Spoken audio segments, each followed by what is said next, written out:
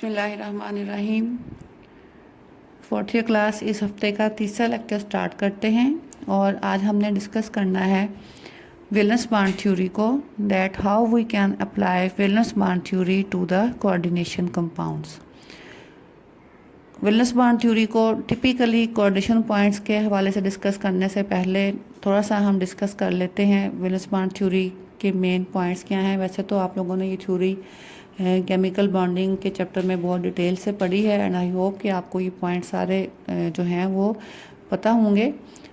Just एक बात आपको रिमाइंड करवाना चाहती हूँ कि वेलेंस बॉन्ड थ्योरी जो है वो कोवलेंट बॉन्ड की फॉर्मेशन को प्रपोज करती है in the terms of overlapping of partially filled और हाफ फिल्ड ऑर्बिटल्स। ठीक है, तो वेलेंस बॉन्ड थ्योरी का मेन आइडिया यही है कि during the formation of a covalent bond the partially filled orbitals of atoms overlap with each other and during this overlap the number of electrons in both of the orbitals becomes equal to 2। दोनों electron जो हैं वो जब share होते हैं तो दोनों orbitals में 2 इलेक्ट्रॉन यानी कि कंप्लीट हो जाते हैं और the strength of the covalent bond depends on the extent of overlapping।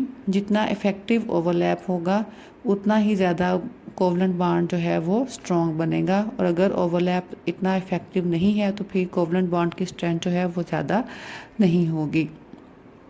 बाकी आपने इसकी सिमेट्रीज भी पढ़ी होंगी कि ओवरलैपिंग के लिए ऑर्बिटल्स की सिमेट्रीज जो हैं वो एक दूसरे के साथ मैच करना ज़रूरी है। पाई बॉन्ड कैसे बनता है, सिग्मा बॉन्ड कैसे बनता है, ये सारे पॉइंट्स आपने वहाँ पे पढ़े हैं। तो अब हम और दूसरा जो मेन कॉन्सेप्ट है वेलेंस बॉन्ड थ्योरी में वो है कॉन्सेप्ट ऑफ हाइब्रिडाइजेशन।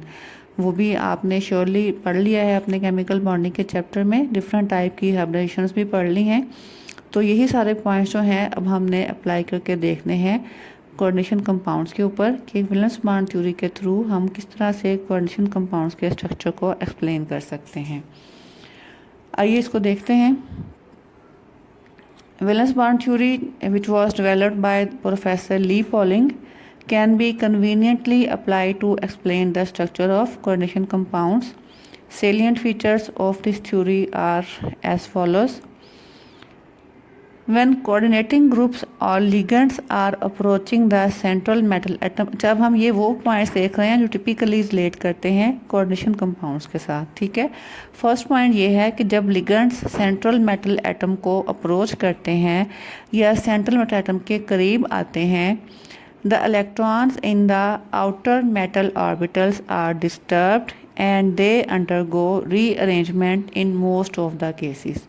तो मोस्टली कोऑर्डिनेशन कंपाउंड फॉर्मेशन के दौरान जब लिगेंड्स सेंट्रल मेटल एटम के करीब आएंगे before formation of the coordination covalent bond, they will cause a rearrangement of electrons in the outer shell of metals। ठीक है, metals के जो आउटर मोस्ट शेल्स हैं उनमें इलेक्ट्रॉन्स की अरेंजमेंट को थोड़ा बहुत वो चेंज कर देंगे या डिस्टर्ब कर देंगे।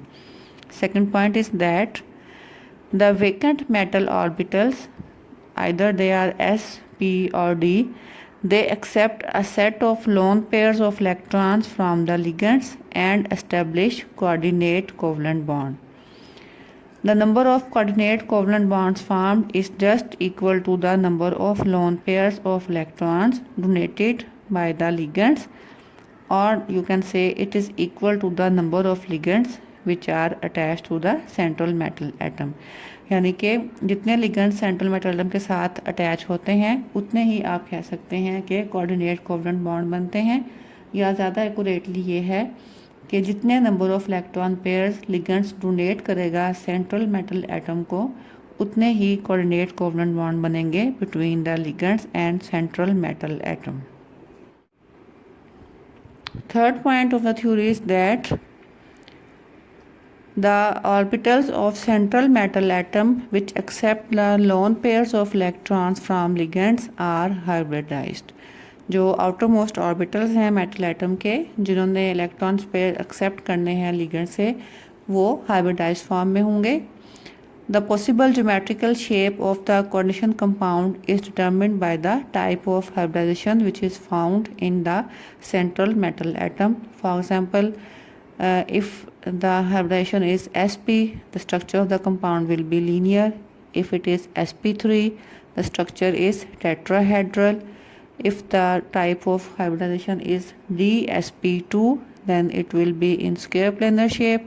And if the hybridization type is D2sp3 or sp3d2, then the resulting coordination compound will be octahedral. It means that the Wheeler-Smart theory very successfully tells us about the geometry of the molecules, geometry of the coordination compounds.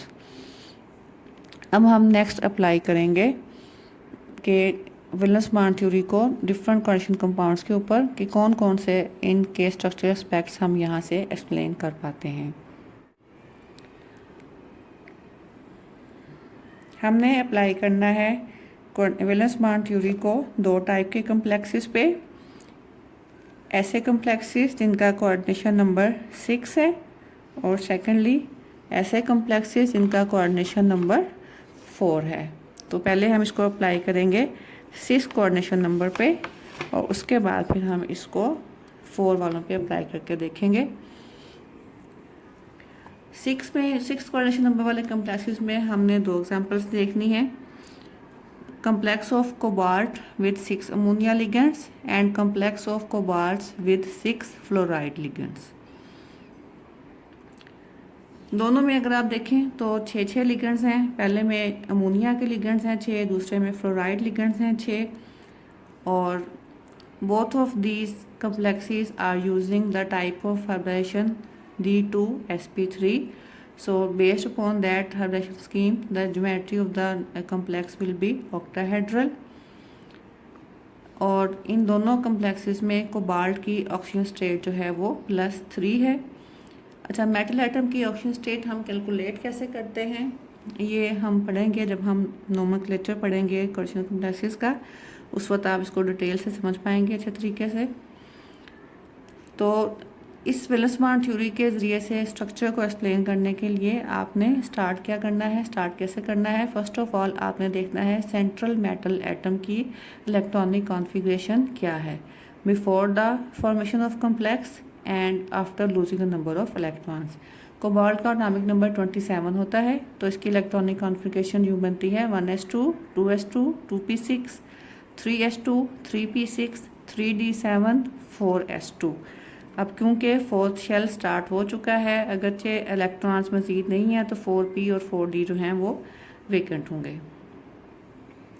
अब क्योंकि ligands के साथ attachment से पहले हमने देखा कि cobalt को ऑक्सीजन स्टेट +3 है, इट मींस कि ये 3 इलेक्ट्रॉन्स लूज़ करता है। तो +3 ऑक्सीजन स्टेट के साथ इसमें दो नंबर ऑफ इलेक्ट्रॉन्स रिमेनिंग रह जाएंगे, वो हैं 24। तो कोबाल्ट +3 की ऑक्सीजन स्टेट क्या बन जाएगी 1s2 2s2 2p6 3s2 3p6 3d6 and 4s। इनके इसने आउटर मोस्ट जो है 4s के 2 इलेक्ट्रॉन और उसके बाद फिर एक इलेक्ट्रॉन 3d से लूज़ किया है, तो अब 3d में 6 इलेक्ट्रॉन्स रह गए हैं। तो नेक्स्ट हम लोग देखते हैं कि इसके स्ट्रक्चर को हम कैसे एक्सप्लेन करेंगे। मेटल एटम के ऑर्बिटल्स को हम यहाँ पे सर्कल्स के साथ शो कर रहे हैं, सर्कल्स की फॉर्म में। ये देखें, ये आउटर मोस्ट 3d ऑर्बिटल्स हैं। आपको पता है कि d सब शेल में 5 ऑर्बिटल्स होते हैं, 1 2 3 4 5 मैंने ड्रा कर दिए। 4s में सिंगल होता है, वो एक ड्रा किया। 4p में 3 ऑर्बिटल्स होते हैं, वो हमने ड्रा कर दिए 3, और 4d में 5 ऑर्बिटल्स, अगरचे ये एम्प्टी हैं। तो कोबाल्ट +3 की कोऑर्डिनेशन की इलेक्ट्रॉनिक कॉन्फ़िगरेशन में हमने देखा कि इसके 3d में 6 इलेक्ट्रॉन्स हैं, तो वो 6 इलेक्ट्रॉन्स आपने यहाँ पे फिल करने हैं 1 2 3 4 5, 1 इन ईच ऑर्बिटल, और फिर छठा इलेक्ट्रॉन जो है वो पेयर अप हो जाएगा। तो ये तो कोबाल्ट की कॉन्फ़िगरेशन हमने देख ली। ये दोनों किस्म के कम्प्लेक्सेस में सेम होगी, क्योंकि मैंने पीछे बताया आपको कि कोबाल्ट के दोनों किस्म के कम्प्लेक्सेस जो हम डिस्कस करने जा रहे हैं अमोनिया के साथ और फ्लोराइड के साथ, दोनों में इसकी ऑक्सीजन स्टेट +3 है। तो कोबाल्ट की ऑक्सीजन स्टेट जब सेम है तो ये इलेक्ट्रॉनिक कॉन्फ़िगरेशन भी उसकी सेम होगी। अब हम देखते हैं what happens when the fluoride ions approach the central metal ion which is in the form of +3 oxidation state। अच्छा, अब ये डिपेंड करता है कि लिगेंड जो है वो किस टाइप का है, इसीलिए हमने दो डिफरेंट लिगेंड्स की एग्जांपल ली हैं, फ्लोराइड और अमोनिया। अब हम फ्लोराइड को देख रहे हैं, तो फ्लोराइड जो है ये एक वीक लिगेंड है। वीक लिगेंड से मुराद ये कि ये ज़्यादा आसानी से अपना इलेक्ट्रॉन पेयर जो है ये ज़्यादा इफेक्टिवली अपना इलेक्ट्रॉन पेयर डोनेट नहीं करता। So the weak ligands will not effect the electronic configuration of cobalt atom. ठीक है, ऐसे लिगेंड्स जो कि वीक होते हैं, जैसे क्योंकि हमने एक पॉइंट पढ़ा था वैलेंस बॉन्ड थ्योरी में कि जब लिगेंड्स अप्रोच करते हैं सेंट्रल मेटल एटम को, तो वो उसके मोस्ट ऑफ द केसेस में वो उसके आउटर मोस्ट शेल की इलेक्ट्रॉनिक कॉन्फ़िगरेशन को डिस्टर्ब करते हैं। लेकिन ये केस होता है सिर्फ स्ट्रॉन्ग लिगेंड्स के साथ। फ्लोराइड क्योंकि एक वीक लिगेंड है, तो ये सेंट्रल मेटल एटम की इलेक्ट्रॉनिक कॉन्फ़िगरेशन को चेंज नहीं करेगा। इट मीन्स कि कोबाल्ट की इलेक्ट्रॉनिक कॉन्फ़िगरेशन जो है वो सेम रहेगी। 3D में 6 इलेक्ट्रॉन्स एज सच रहेंगे जैसे कि वो अपनी ग्राउंड स्टेट में थे। So it without disturbing the electronic configuration of cobalt, the 6 fluoride ions would donate 12 electrons, या आप कह सकते हैं that 6 electron pairs to the vacant 6 orbitals। और वो vacant 6 orbitals कौन से होंगे? 4s का एक ऑर्बिटल, 3 ऑर्बिटल्स 4p के, और 2 विल बी फ्रॉम 4d। क्योंकि 6 फ्लोराइड लिगेंड्स हैं, उन्होंने 6 इलेक्ट्रॉन पेयर्स डोनेट करने हैं। तो आपको पता है कि हर ऑर्बिटल जो है उसमें एक इलेक्ट्रॉन पेयर आ सकता है। तो अल्टीमेटली मेटल एटम के 6 ऑर्बिटल्स चाहिए होंगे उन 6 इलेक्ट्रॉन पेयर्स को एक्सेप्ट करने के लिए।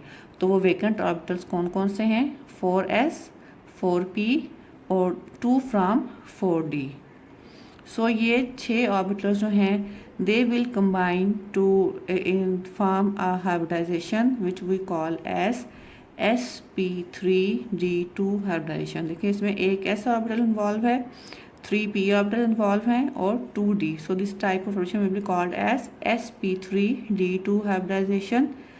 Such a complex involving ns np3 nd2 hybridization is called outer orbital complex। N S N P N D का मतलब क्या है? एन यहाँ पे स्टैंड करता है प्रिंसिपल क्वांटम नंबर को। इसका मतलब ये कि एस पी और डी इन सब का प्रिंसिपल क्वांटम नंबर सेम है। तो आप देख रहे हैं यहाँ से एस का प्रिंसिपल क्वांटम नंबर 4 है, पी का भी और डी का भी 4 है। इट मीन्स कि एस पी और डी जो हैं वो एक ही शेल से बिलोंग करते हैं।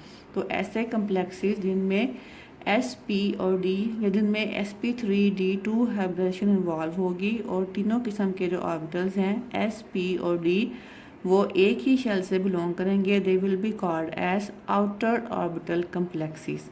क्योंकि इनको हम आउटर ऑर्बिटल कम्प्लेक्स क्यों कह रहे हैं? Because it uses outer D orbital. देखें ये इसके पास एक इनर डी ऑर्बिटल था 3d, एक आउटर डी ऑर्बिटल है 4d। 3d को इसने यूज़ नहीं किया टू फॉर्म कोऑर्डिनेशन कंपाउंड्स और you can say to form linkage with the ligands, लेकिन उसकी बजाय किसको यूज़ कर रहा है? 4s, 4p और 4d को। तो क्योंकि इसने अपना आउटर डी ऑर्बिटल यूज़ किया है to form linkage with the ligands, it will be called as outer orbital complex। The complex of this type are also called as spin free और high spin complexes. इनको हम spin free या high spin complexes भी कहते हैं। इनको spin free और high spin complex कहने की वजह क्या है? क्योंकि इनमें आप देख रहे हैं number of electron pair, there are some number of electrons which are unpaired. 1 2 3 4 electrons इसके पास हैं जो कि अनपेयर्ड हैं। तो because of the presence of these unpaired electrons such complexes are called as high spin complexes.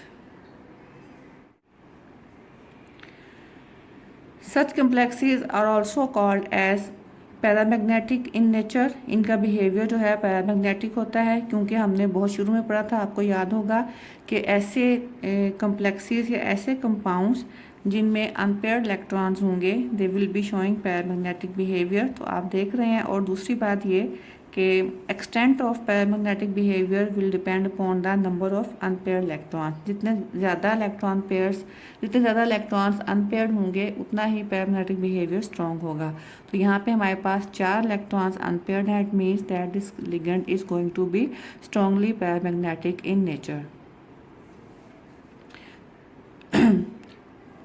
और इस type के दूसरे कम्प्लेक्सेस में हम एग्जांपल ले सकते हैं complex of iron with water 6 water molecules are serving as ligands. तो ये भी जो है एक आउटर ऑर्बिटल कम्प्लेक्स की एग्जांपल है। इसमें भी सारी टाइप्स सारी प्रॉपर्टीज़ इसी टाइप की होंगी, यानी कि कम्प्लेक्स जो है वो स्पिन फ्री होगा या हाई स्पिन होगा और पैरामैग्नेटिक नेचर का होगा। टाइप ऑफ हाइब्रिडाइजेशन जो है वो sp3d2 होगी।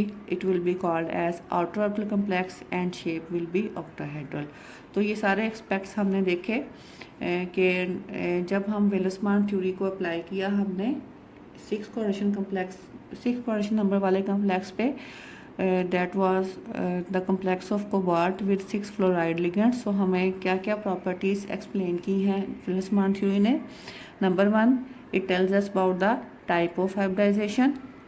Secondly, due to the type of hybridization we can guess about the geometry of the complex. Thirdly, we can know whether it is inner orbital complex or it is outer orbital complex. Fourth point is that we know about the nature of the complex, either it will be diamagnetic or it will be paramagnetic. तो ये सारे aspects जो हैं ये हमें वेलसमान theory से पता चलते हैं। तो नेक्स्ट लेक्चर में इंशाल्लाह हम वेलसमान थ्योरी को अप्लाई करेंगे दूसरी टाइप के कोऑर्डिनेशन कम्प्लेक्स पे, जिसमें नेचर ऑफ लिगेंड जो है डिफरेंट होगी, लेकिन कोऑर्डिनेशन नंबर 6 ही होगा। और उसके बाद फिर उन कम्प्लेक्सेस में जिनमें कोऑर्डिनेशन नंबर 4 होगा। उस वक्त तक के लिए अल्लाह हाफिज़।